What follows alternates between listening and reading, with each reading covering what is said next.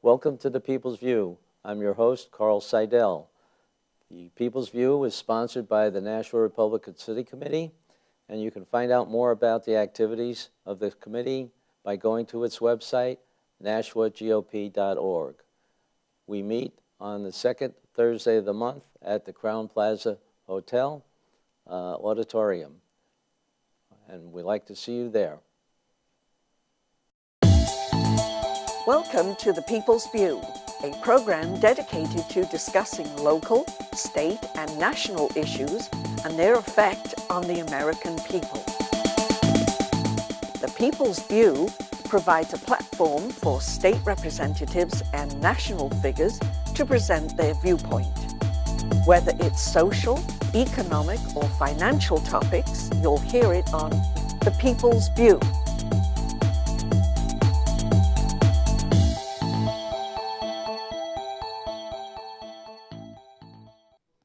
Hello, and welcome to the People's View.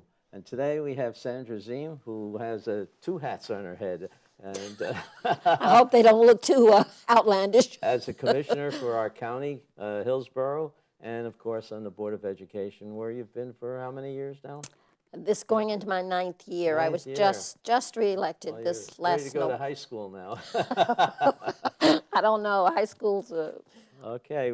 Well, how is the county? I missed the county too from 2 years ago. But how is it doing? Is it financially better? And you know? Well, when you say financially better, we're all suffering from lack of funds, obviously, and I am one who personally thinks that we need to be diligent about spending our money, how we spend. We have such limited dollars that I think we need to look at the whole and place priorities and say, if I have to cut something, it cannot be grandma at the nursing home. It cannot be the jails, because the jails are constitutionally mandated.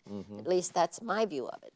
And so and that's what I've always done. So because I think that sometimes you have to do things you don't want to do. Sometimes you don't have good choices. But this year has actually been, we have a really good delegation, and they've been very responsive.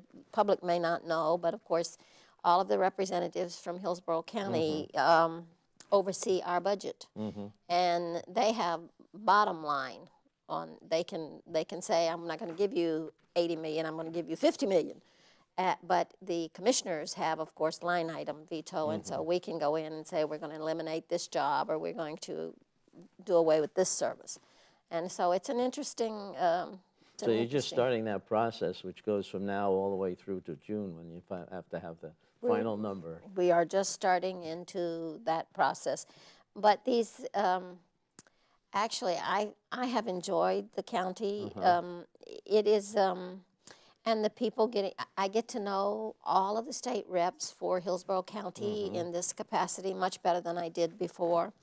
And that's always, even though I'm not a state representative, because I have that interaction, if a bill comes up that I have a special interest in, something that affects the county or something that affects the school board, then I can go, because I know these people on a one-on-one basis, I can go and say, Carl, this is an issue. Can we see eye to eye on this? Can we work together and make this work for the community? And so I find that part of it exciting. And I have to say, I would encourage the public to go in when they have issues of concern, because I have found the state representatives, Democrat and Republican alike, to be very responsive, to be very appreciative of the fact that you've taken your time and you've come in to share what you're concerned about. And I have enjoyed the process. I usually, before, would have said to you it was work, but it has not been work. It's actually been interesting to see that when it works very well, and that we do have a good system. However imperfect it may be, I still think it's the best one in the world. I do, truly I do. I think the county's well run too, and you do have a good organization. But as you say, you're limited in the income. Is the real estate sales up enough to increase your income? Well, of course, you know, you always guesstimate how much you think you're going to make. And this year, of course, real estate enjoyed considerable increase in volume. Prices have not gone up more than small. I mean, they have gone up marginally, but not Not a lot, nowhere yeah, like yeah. it used to 20 years ago. Yeah. But still, any increase, and because volume has gone up, that means that we're starting to eliminate some of the inventory, which means that that will force prices up. When you have no inventory and inventory becomes in demand, then demand requires an increase in price. Right. So, and that's the good news for people because there are so many people, a repressed market, I would say to you. People who have not been able to sell because they owe more on the property than they can sell it for. And so they just sit and wait and hope that the market comes back. So I'm hopeful that this year it will be even better. And of course, as you say, the other side of the benefit of that is that the county, we get money from that. Right. And that money, of course, goes to pay for the services, or at least to help pay for the services that the county provides.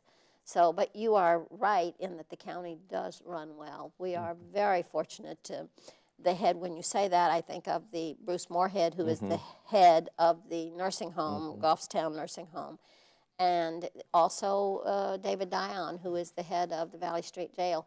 We have personnel that are outstanding. I couldn't say enough good. We just received, the nursing home just received a 5-star rating. Oh, really? 5-star, that's the highest you can get. That's not bad. And when you go in that nursing home, it is so clean and the people look happy. Oh, yeah. They don't look like they don't want to Definitely. be there. Right. And that encourages me as a human being to, I said to Mr. Moorhead, please save me a place. My time is coming soon. I'll be joining you, and please keep it 5 stars. Because, of course, most of the people in the nursing home are Medicaid, not Medicare or private. Right. It's like 2/3 Medicaid, and then not even 1/3 is the Medicare as well as the private pay, which, of course, is those two help to carry the cost of Medicaid, because Medicaid, for the most part, is financially a losing proposition. So, but Well, they added some extra services, some they rehabilitation did, and services. it's Is that working? wonderfully. It was interesting, and I even said to Mr. Moorhead recently, the thing is, on the services, like if they have to have therapeutic services, let's say that they have to have special exercises, or they have to have special equipment that does special things for them, then the profit on those things is higher. And so when we were struggling to survive, Mr. Moorhead said, well, why don't we add some of these services? There's an initial investment, but the return on the investment, in real estate, I've always said, if I can spend one and make two, I've come out one ahead. And I give him full credit. It has It's worked well. It's worked very well. And in fact, the unfortunate part for me is that he will not realize the benefit of that increased revenue. There are things that he would like to do. Sometimes in the government they have these incentive programs. And basically what the program says is, if you save me this dollar, I'll let you use that dollar to do something else you need to do, because it creates a motive for a person to constantly be looking to improve services, which I think we all need to be doing, especially in government. Hey, that's a government program? Well, it used to be. I don't promise you it's still there, but I know when I started out working for the government many years ago, and my mother retired from government, and so she used to get bonuses that way. She even got small incentive bonuses that they gave her for being able to save the government money. And if they save you $10 and you give them back $1, you've gained $9. So that's good. It's good as long as it doesn't get out of hand. Like anything. And some people would say that some of the areas they are getting bonuses just because they wanted to give the money away. They're afraid that if they didn't give it away, they lose it the next time, and it's not meritorious as far as. I could sit here and talk to you forever about those kind of things, because we all see what we consider to be the inequities in government, where we feel our monies are being wasted, and where we feel a lack of integrity is. And I ask myself constantly, I tell you honestly, I say, Sandra, are you worthy of the trust? It's a trust, and to carry two hats, it's a double trust. And so with that trust, there comes a responsibility. And so I ask myself, be worthy. Do not compromise what you know is right. And sometimes that's hard. You know, you get close to people, and then those things turn out to be disastrous because sometimes in politics, as in everything, people, when you get to be friends, they want something from that friendship. And so I tell myself, be careful. Don't compromise what you know is right. And we all have to be vigilant on that. So there was all good men need do for evil to prevail is nothing. Yeah, to do nothing. One of my favorite, I didn't even realize, I think George Washington or somebody really famous said that. Yeah, somebody did, but I can't remember who it is either. Whoever it was a worthy comment. Let me ask you another question. That in the 2012 budget, there was a big discussion of where we might have to cut. And one of the things talked about was the county conservation group and stuff like that. Is that, they were doing something with the state university. Is that all worked out now? Is that changed in its methodology, or? Yes, it did change. Actually, it changed considerably. They are not our employees any longer. They now are the employees of the University of New Hampshire. They actually are renting. If you remember, there was space in the Bouchard building, which the county owns. Right. And we had closed certain services, and because of that, the space was no longer being fully maximized. And so they rented that space from us for another service. And so there were several changes that came about that saved the county some money. It will, whenever money gets tight, in my view, though, UNH will be one of the areas that people question whether we should continue any support of UNH Cooperative. The services that they give, I don't question for a minute that they're good. They do things like, and the farm in Hollis, my understanding is that they got diseased. Some of the fruit that they sell got diseased. And UNH came in and determined what the bug was and how to treat it and how to get rid of it. Oh, great. So is that a valuable service? Sure. Yes, it is. But if I have to choose between that and the nursing and home, keeping grandma at the nursing home, Right. my vote's for grandma. I remember you're always saying that. Well, and it became, there are people who believe very strongly that UNH Cooperative is a must, that you do not under any circumstances sacrifice them. So it became passionate. Well, it's not a very expensive part, but and they did bring out more, I think, people trying to make sure that that stayed in the budget. And so I guess it is. I hope it works out. Kind of concerned what happens with the university after it goes through 2 years of not raising their tuition, quote, unquote. I was asked to participate in a UNH cooperative exchange of ideas, if you will. And it was led by UNH employees, and they had invited community participants to come in and give their views. And then in the end, they had this one question: if there was one thing you could ask of UNH cooperative, UNH the university, one improvement that they could add to the community, what would it be in your opinion? And everybody came up with all these things. And of course, I'm always ever the maverick. And when it got to me, I said, I have to tell you that when I look at UNH, my concern is that we're paying outlandish money for the CEO, for the president of UNH. The money they pay, it's so much that I don't even remember. It's one of those figures that you say, oh my God, who in the world makes that much money? And so I said, I have a real struggle with paying one person that much money. I think you should review the salaries of these administrators, and I think you should ask yourself, when a lot of our students are coming away with a degree that they can't even get a job with, and they're coming out owing $75,000, and we're paying that kind of money, it makes no sense to me. And it was real funny because the commentator broke into hysterical laughter. Oh, she's got a lot of nerve, that girl. So it was one of those rare moments, She's laughing. Yeah, I got to tell my boss that. I'm going to go right in and tell him to cut his salary. But I really sincerely believe, and lately I have been thinking, and this is just, again, my opinion, But when I look at even the school district, we pay big money. And I believe that our school is so big in Nashua that if we divided it, if we had a superintendent for the elementary and a superintendent for the high school, and just took what I'm paying now for one and divided it and had the two, I think it might be more effective, better use of the money. But now that would be very controversial. Again, Well, speaking of the controversy, too, remember in 2012 we tried to break up what was called the university, what the staff, I mean, the provost was for the university, and then there was somebody that oversaw all the 4 state universities. They had 70 people anyway in this administrative enclave. And they started out, when they started and approved it, they were talking about anywhere between 6 to 12 people. And now it's up to 70.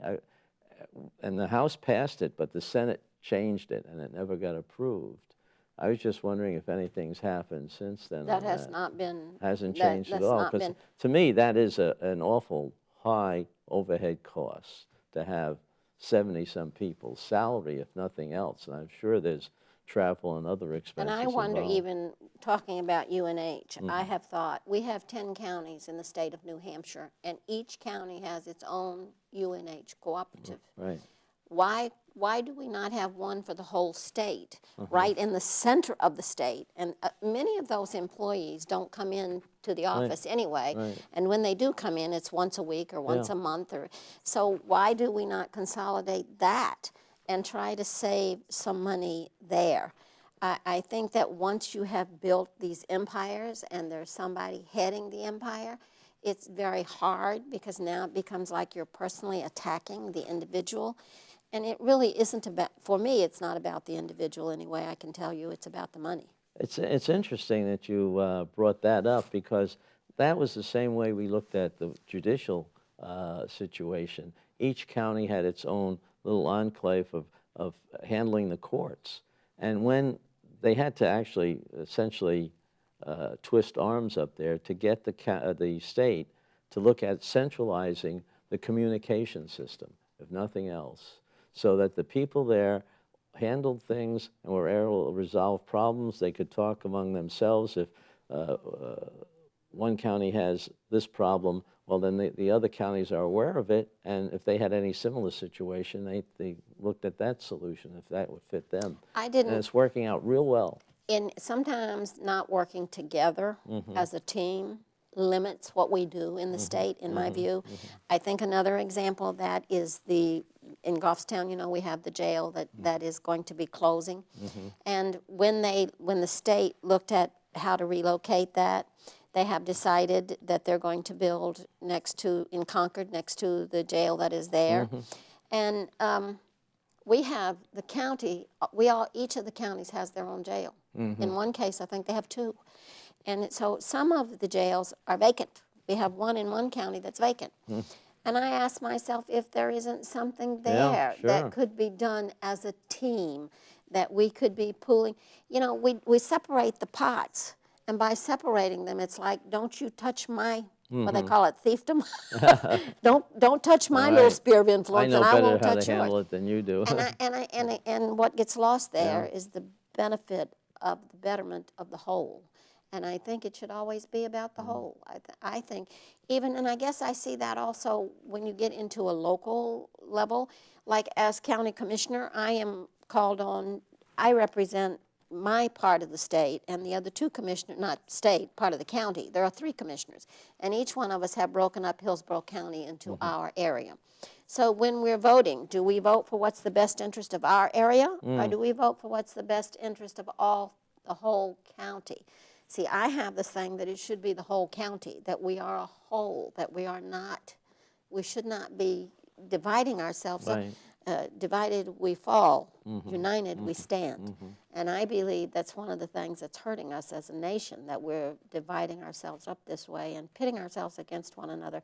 I think that good communication is the answer to that. It's not. Well, it sounds good. I hope you're able to convey that, and when drawing up the plans for next year, that they consider some of these things. But I think that was in 2012, that was the aim they had specified for this university, that they were going to centralize that and job it out and change things around. They might still have offices which in the different counties, but that's a part that I don't think is necessary if you have a good central communication system like the Justice Department does now. They were so surprised at how well it worked. It worked, yeah. And you know, and it wound up that they got more money because they did something we thought they ought to have done years before. One last thing on the county that I want to touch with you. You have extra property. At one time we were looking to see whether we could get somebody to rent or lease or whatever, and now you're going to have the women's prison in a couple of years. It's a big, and it's for me, it's a real concern. Right. We have one building, the Bouchard building. In front of the Bouchard building is a whole building that is empty. It has been empty from the best I can glean at least 10 years. And I look at that, and if I owned that building and it was empty 10 years, I'd be bankrupt. I would have floated down the river and away forever, because how can you carry something, a liability like that? But I have also come to realize that we are in this sluggish real estate market, and there's not a lot of demand in Goffstown for commercial property. That is pretty much a commercial use property.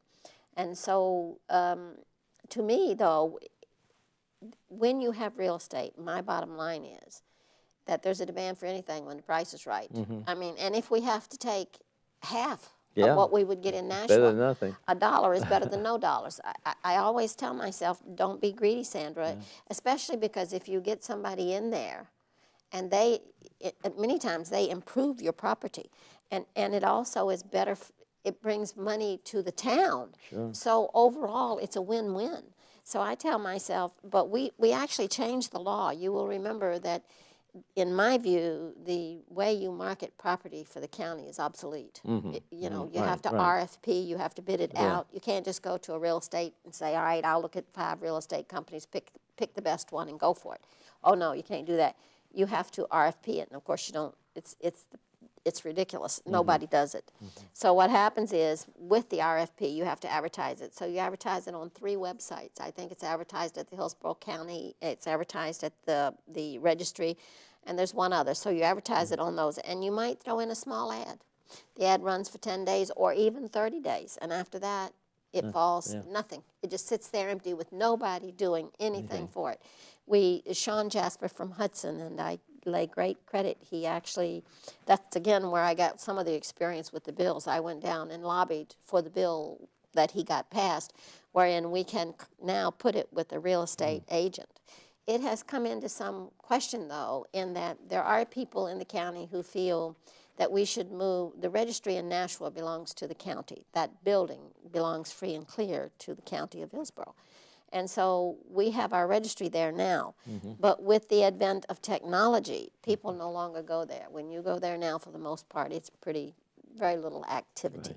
So there are people who feel that we could move that registry to the vacant building in Goffstown, which has no demand.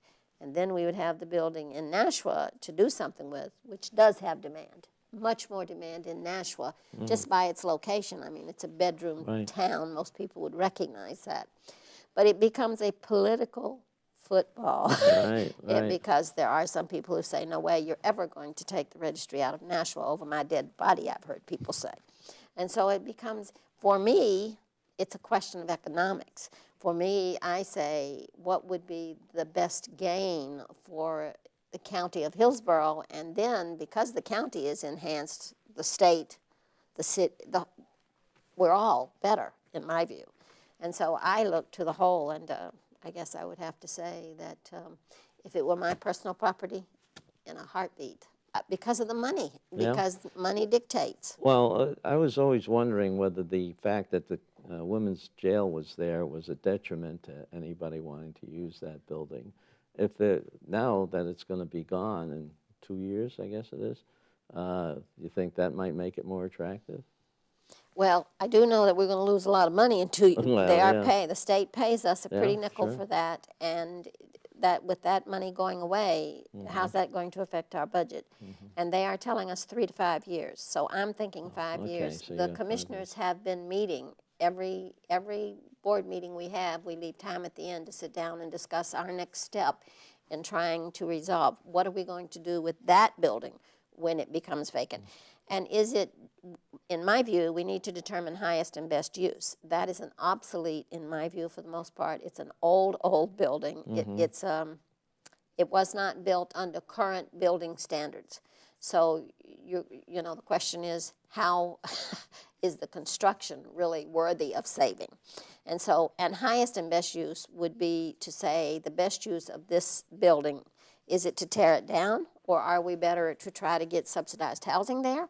Are we try to put some kind of nonprofit service there? What is the highest and best?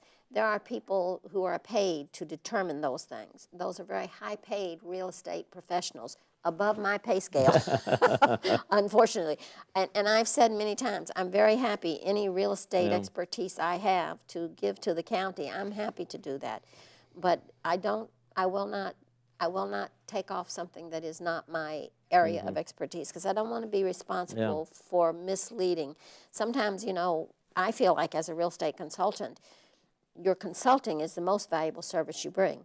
And so if I give bad advice and people follow it and they lose money because of it, and would be no different for the county. I would not want the county to make a mistake based on my experience as a commercial broker, because I am not a commercial broker. I have done some commercial. I mean, my office in Hudson I did myself. But that was my money, and if I got hurt, well, you know, I think you have a greater... Well, it's nice that, I wish everybody was at the same opinion. Well, for me, I just don't want to hurt. I would rather hurt myself than hurt somebody else, because I live with that. Whatever grief I get from it is mine to bear. So, but it's the real estate for the county. The county has, public may not know, we have 500 acres. Yeah. Beautiful, prime land. I mean, it's absolutely gorgeous right there in Goffstown. Is that Bouchard Road, maybe? It's right, the main thoroughfare, right through the center of Goffstown, and in my view, the prettiest street. Well, I always thought I had some discussions at the time I was on the executive council with the community college, and I always thought that they might want to expand there, or maybe even a charter school, because the charter schools were always looking. At that time, the one that's now located on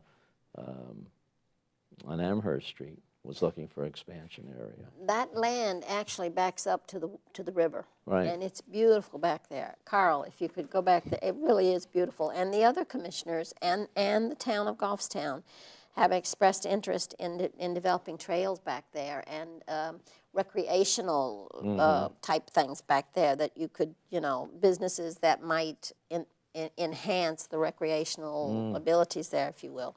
And so that is part of what we are looking at. And it's a lot, it's a big responsibility. It's a lot to think about and a lot to... Well, you're going to be doing a good job at it. Well, I know hope your so. experience I'll try. and both of it. And we'll take just a minute break here as we switch hats to go to the Board of Education, and you can tell us about what is happening there. I mean, in particular, I think what are the big issues and what is going to happen with its budget? There's a lot. The school board has been very, very involved lately. Of course, I hope that most of the public is aware by now that we are in the throes of Common Core. Right. And when I say most of the public is aware, I think that they're just starting to become aware. And I would say to you that there's an education there that it takes a while to wrap your arms around it, because it's very comprehensive. It's not a simple thing.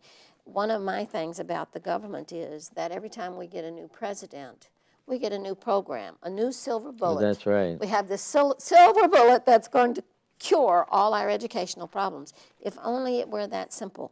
And if only they weren't looking for a political gain. If only, you know, what was it, Reagan who said, you know, it's amazing how much you can get done if you don't care who gets the credit. Credit.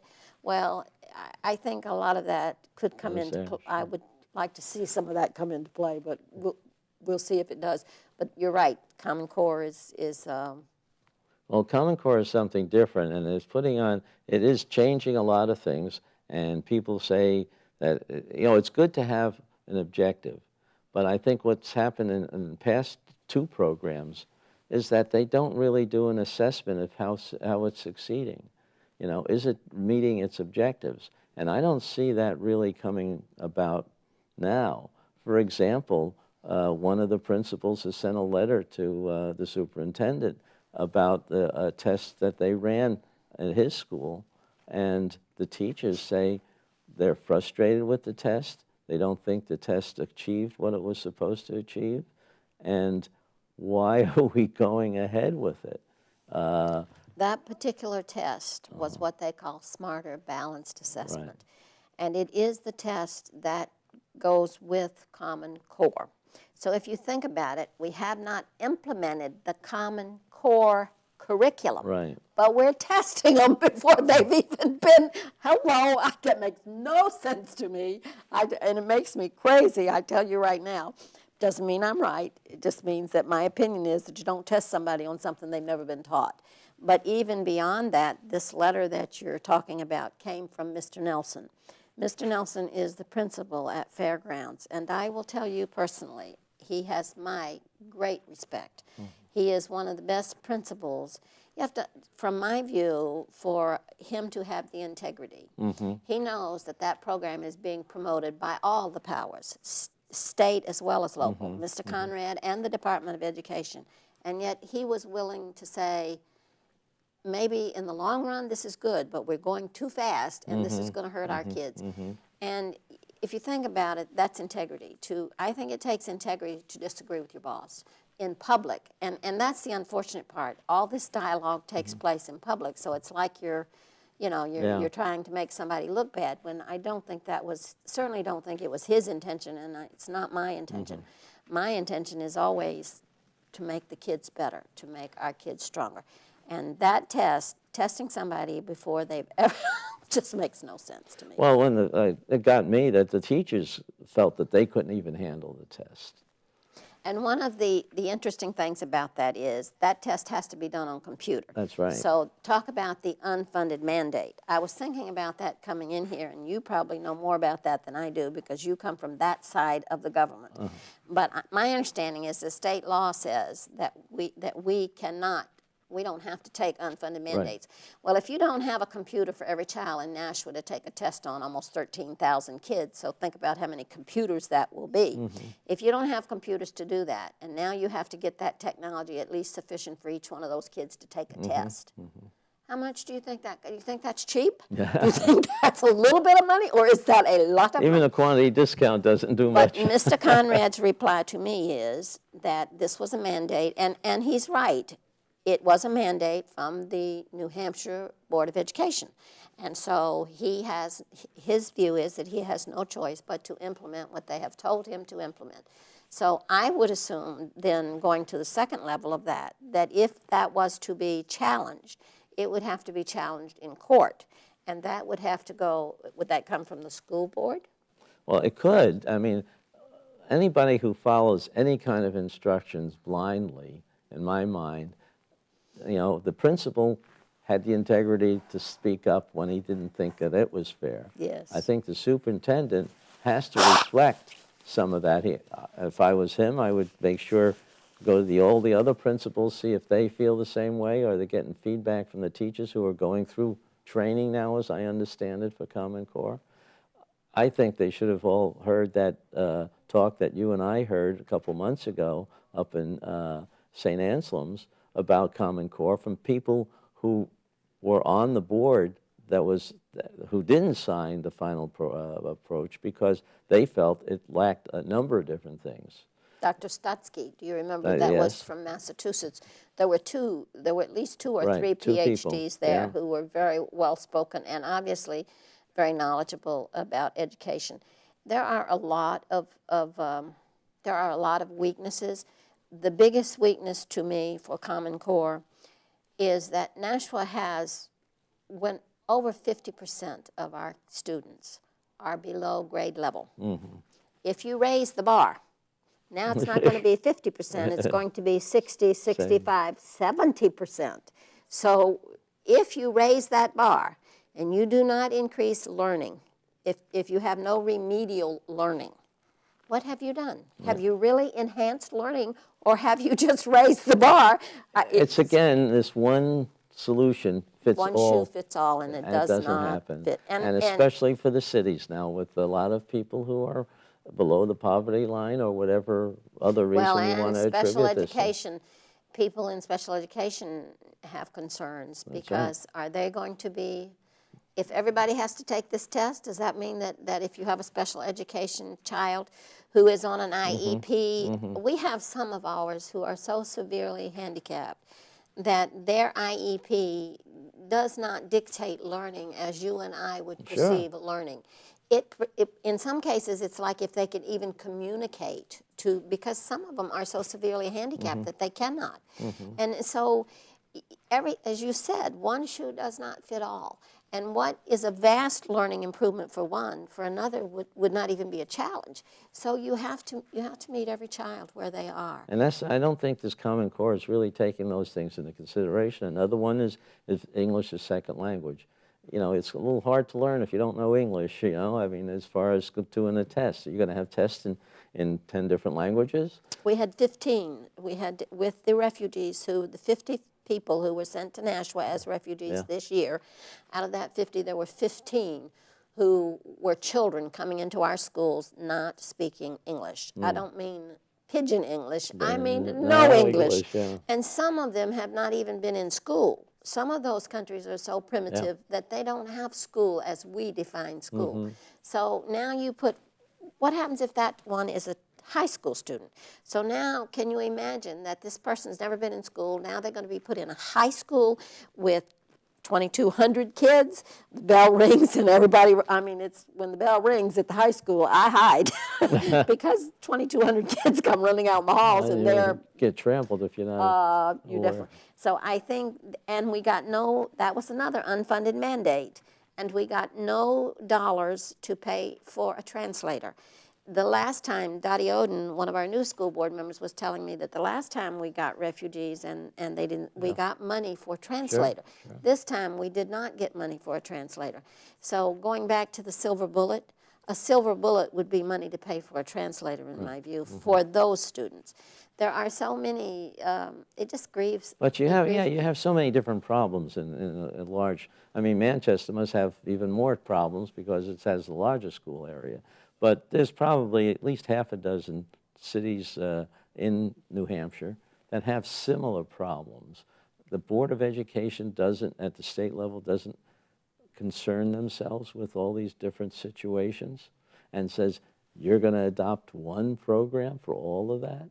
And the other part of it that I find a little bit disturbing is that this program was not even vetted with the colleges who were the ones that were complaining and supposedly the source of the initiative to get it started. And then they never measured, you know, what they were going to do as to whether or not it fit the needs of the colleges. Doesn't that go to the communication again, that every time you segment, every time one group is over here and the other group is over here, unless you have somebody with the initiative, with the drive, with the motivation to make it to work, come over and say, we need to work together That's on right. this is a mutual problem. And you don't always have that. You of all people know that, Carl. And when you don't have that, the loser is our population, is Definitely. our stakeholders, and most especially in this case, our children. And we will have our second budget meeting tonight. We don't have discretionary funds. In the past, people will remember that we fought over hiring one teacher because we didn't have enough money to hire more than one. We still have the classes at Charlotte Avenue with 29 students. In that 29, fifth grade, in that 29, 6 or 7 in all of those fifth grade classes are on IEPs, individual lesson plans. And what that means is that the other 28 may be going in one direction while these others separate. have a whole different lesson. And so how does one teacher do justice to 7 plans and then 20 Right. 23 over here that are on the same. And even those 23, the diversity level of where they are.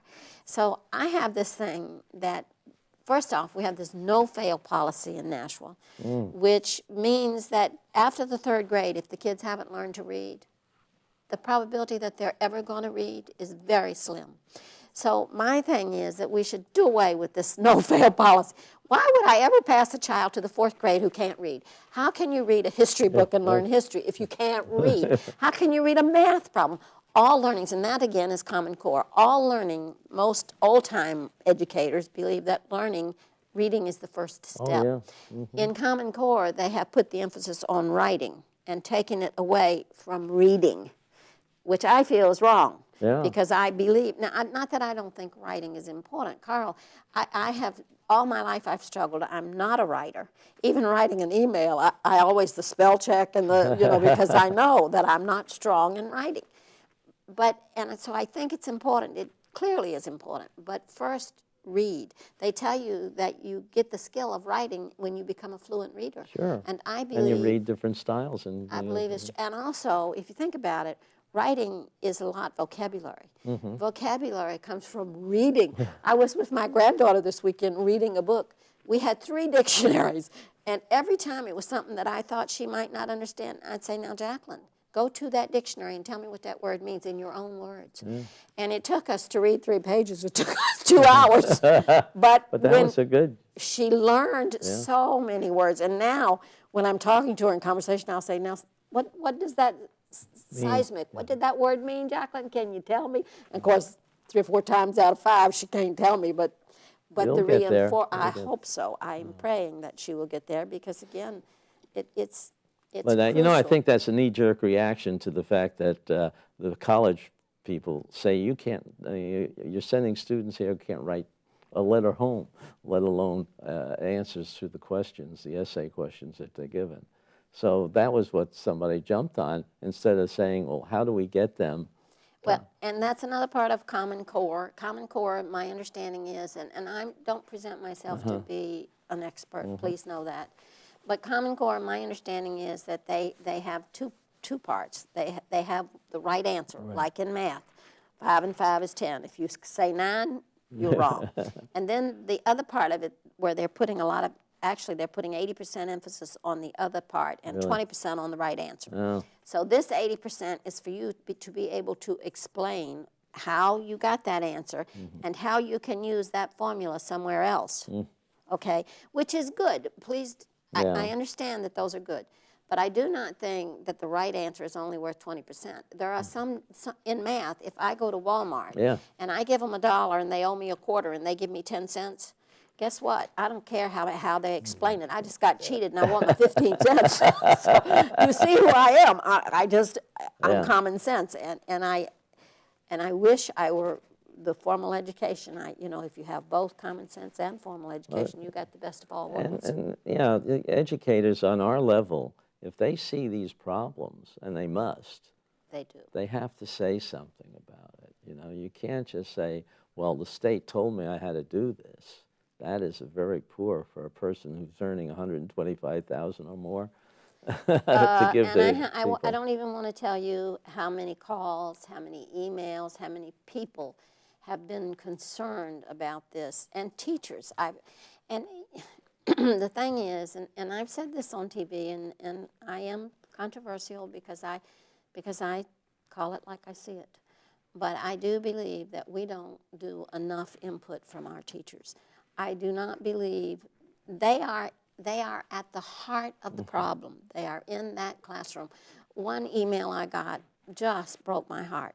She said, how are we going to increase learning for high school students who can't read? You tell me. She said, the real problem is that they've gotten to high school and can't read. So now you're going to raise the standards when you still haven't taught them to read. And so we need to go back and revisit this no-fail problem. We need to, and one shoe doesn't fit all. And I'm not saying that there aren't some cases when you have to promote a child and they may not be ready. But when you do that, it should be with a plan. It should be saying, for instance, the child who looks like he's in the 9th grade and he's in the 3rd or 4th grade. is it in his best interest I mean, how big are you going to have him be and still be in the 3rd grade or the 2nd grade? What else? What other help can you give them? Can you give them extra study? Do they have to go to summer school or something to catch up with the class? There are any way. They actually, Mr. Conrad is going to bring forth on Saturday. We'll have a workshop on Saturday. Supposedly, we're going to bring an E-block for the high school, which is an enrichment block. He has not brought forward the details. I would go back to the scenario that I was giving you about when the first implementation of Common Core is going to be 9th grade. So when 8th grade, when the kids leave 8th grade, about 800 kids leave 8th grade in Nashua and go to 9th grade. So that first Common Core visitation or implementation will be for approximately 800 kids. If 60% of those kids are below grade level, what is that, 60% of 800? So over like 480 kids or so. So how are you going to do an enrichment block for that many kids? And to further complicate it, if they are weak in reading, and reading helps the English and math, which is where the focus is in Common Core. So then are you going to have a class in reading, a class in math, and a class in English for all 480? And is one, once you let them get past that 3rd grade level, you have created a monster. And I think that we should put all our resources in the classroom because I think the problem is of that magnitude. I think the problem is of humongous magnitude. 480 kids, I mean, hello, and that's 1 grade level. Multiply that across 12 grade levels. It's just, it's unfathomable to me, and I grieve. I come from dysfunction. I tell you that honestly, and I am grateful to God in this country and the people who helped me because I feel that for the circumstances I came from, I have been blessed. And I feel it's my responsibility now to give that back to these kids. But I get very disheartened because how do you... Frustrating, very frustrating. How can I help that many kids? So I tell myself, don't focus on that many. Focus on one. Tell yourself, today I'm going to help one person. And then tomorrow, if I've been successful today, I'll start with a 2nd person. So let me just shift gears a little bit in this, because this has happened. I've heard this, and I've had somebody on this show talk about it. The discipline problem, and that it's pretty much focused on the junior high school level. I'm not sure if that's true or not, but is that? I mean, that obviously is going to involve the learning atmosphere for if there's a discipline problem in the There is school. definitely a discipline problem, unquestionably. I think we have a discipline problem on all 3 levels, but the magnitude is probably greater in middle school because of a nature, it is where young people have the most difficulty. It's the transition. It is the transition from child to adult, and that's where they really start to feel it. And so, and of course, coupled with that was Elm Street Junior High. We just had a whole shift in leadership. I am much encouraged. I think it's Mike Fredrickson is the new principal over there. They have a new assistant principal, and both dedicated professional teachers and leaders. And so I'm encouraged by that. But do we need, I asked the question of the leadership team on the Common Core issue, is discipline a part of this problem? And I don't think they wanted to answer it. I know it's a problem. I had an email from another teacher from the high school who said to me, you know, the kids come and go whenever they want to. If they want to come in late, they come in late. If they want to leave early, they leave early. And if they don't want to come at all, they just don't come. And she said, Sandra, how do you help a student like that? And of course, once again, I say to myself, this problem is overwhelming. But you can't, again, you cannot do that. You have to say, all right, how can I make this better? I believe that we need to look at the discipline problem. I think we need to tighten up our discipline, and we need to enforce it. If I have, just like the government, if I have the strictest laws in the world, but I don't enforce them, then there'll be no respect for them, and it will not be implemented, and it will be worthless. And so we need to make a real effort to enforce our laws, our discipline, And we need to, there again, we have 2 liaisons on the school board, students, juniors, if you will, one at North and one at South. And I asked them, I looked them right in the eye and said, will you come in when we're talking about this so that you can help us? Who better to help us than these are kids who are in the advanced learning. These are your accelerated students, students who come from strong families and are the best of the best, if you will. And so, but I'm hoping that they will come in and that we can sit with them and come up with better policies. I'm very encouraged with this school board. We have a balance now. I believe, and you've heard me say this before, I believe that your best government is the one where you have balance, where you have all views and you come together and you can exchange those views civilly. You can, recognizing that each of us in our own ways desire is to do what's best for our kids. And so, and then you throw all of it out on the table and you come up with the best of the best, everybody's ideas. And so I think that with this school board, that's going to happen because I think we have that mix. And so I'm hopeful that we're going to see that I think the school board is working together well. Good. And we do passionately disagree. We do passionately disagree with each other, but for the most part, it's done with respect. And as long as we can maintain that, we will be better for it. Our schools will be better. And I think another part, we need to hear from the public. Parents should get involved. Show your face at the school, even if it's only to walk your child over and say hello to the teacher as the child walks in. Because to an extent, that holds everybody accountable, because then they know you're watching. Then they know you care. Then they know that there's somebody out there that if the child comes home and says something happened that shouldn't have happened, somebody's going to speak up and say, why did you do that? What happened when that happened? And that's always a good thing. So our listeners should be able to communicate with you on the Board of Education or even with this so. program to let us know what their concerns are, give us some feedback. Maybe we can have other guests on and get this being discussed I a am little bit further. hopeful that people can come to Sandra and disagree with me 100%. Say, Sandra, that's the dumbest thing I've heard in my life. And I'm hoping that I will have the wisdom to appreciate that they had the courage to come, that they cared enough to say, Sandra, what are you thinking? Look how this hurts my child. Because in that, they make me stronger. They make their child stronger. The whole system is better. So I'm hoping that I will do my best to be, I actually try very hard to be conscientious, to do what's best for our kids, not what's best for Sandra. I'm an old gaffer. How long am I going to be here? Hey, And what's the best thing we can leave our children? That's right. A strong school, a strong community, a strong state, a strong nation. So that's my goal, and as I am sure it's yours as well. So. Well, Sandra, I really appreciate all the information you've given us, and I know you're hard work in both jobs. It's always a pleasure to talk to you. And so we'll have you back again later on after we see what happens with this Common Core and whether this whole budget situation is going to fall out appropriately. So thank you for coming. Thank you. It was a real pleasure. Okay. And thank you for listening in.